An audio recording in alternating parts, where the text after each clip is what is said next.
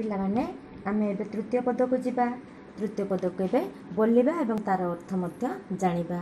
ଅମୃତ ପାଣି କଦଳୀ ଲବଣୀ ସଙ୍ଗତେ ଗୋଳି, ଅମୃତ ପାଣି କଦଳୀ ଲବଣୀ ସଙ୍ଗତେ ଗୋଳି, ଅଧାମ ଗୋଟିକା ପୁଳି ଖଣ୍ଡ ସଙ୍ଗେ ବୁଝାଇବି ସର ହେ ବଂଶୀଧର, ଉଠନି ସିପାହିଲା ଏଥର ହେ ବଂଶୀଧର, ଉଠନି ସିପାହିଲା ଏଥର।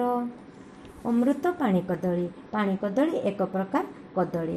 ଲବଣୀ ସଙ୍ଗତେ ଗୋଳି, ମୁଁ ଏଇ ପାଣି କଦଳୀକୁ କ'ଣ କରିବି ଲହୁଣୀ ସହିତ ମିଶାଇ ଅଧାମ ଅର୍ଥ ରାବିଡ଼ି, ଗୋଟିକା ପେଡ଼ା, ପୁଳି ଅର୍ଥ ଗୋଟିଏ ପ୍ରକାର ପିଠା, ଏଇ ଅଧାମ ଗୋଟିକା ପୁଳି ସହିତ କ'ଣ କରିବି ତୁମକୁ ମୁଁ ଖୁଆଇ ଦେବି। ତୁମେ ଶୀଘ୍ର ଶୀଘ୍ର ଶଯ୍ୟା ତ୍ୟାଗ କର ବା ନିଦ୍ରା ଭଙ୍ଗ କର।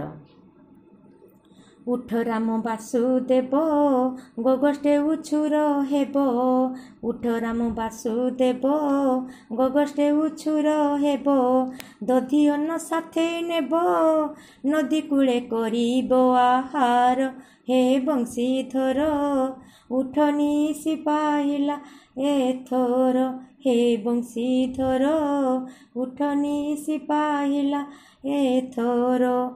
ହେ ରାମ ବାସୁଦେବ, ବାସୁଦେବ ଅର୍ଥାତ୍ କୃଷ୍ଣଙ୍କର ଆଉ ଗୋଟିଏ ନାମ। ହେ ରାମ ବାସୁଦେବ ଶୀଘ୍ର ଶୀଘ୍ର ତୁମେ ଶଯ୍ୟା ତ୍ୟାଗ କର ବା ନିଦ୍ରା ଭଙ୍ଗ କର। ଗୋଗଷ୍ଟକୁ ଯିବା ପାଇଁ ତମର ବିଳମ୍ବ ହୋଇଯିବ।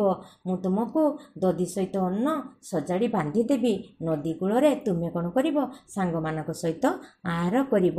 ହେ ବାସୁଦେବ ତୁମେ ଶୀଘ୍ର ଶୀଘ୍ର ଶଯ୍ୟା ତ୍ୟାଗ କର। ଏହିପରି ଭାବରେ ନାନା ପ୍ରକାର କଥା କହି ଯଶୋଦା କ'ଣ କରିଛନ୍ତି କୃଷ୍ଣଙ୍କୁ ଶଯ୍ୟା ତ୍ୟାଗ କରିବା ପାଇଁ ଡାକିଛନ୍ତି ଏବଂ ତାଙ୍କୁ ବିଭିନ୍ନ ପ୍ରକାର କଥା କହିଛନ୍ତି। ଯେଉଁ ସବୁ କଥା କହିଛନ୍ତି ସେ କଥା କବି ଏହି ପଦ୍ୟ ମାଧ୍ୟମରେ ବର୍ଣ୍ଣନା କରିଛନ୍ତି। ଆହା କି ସୁନ୍ଦର ଭଗବାନଙ୍କର ଲୀଳା।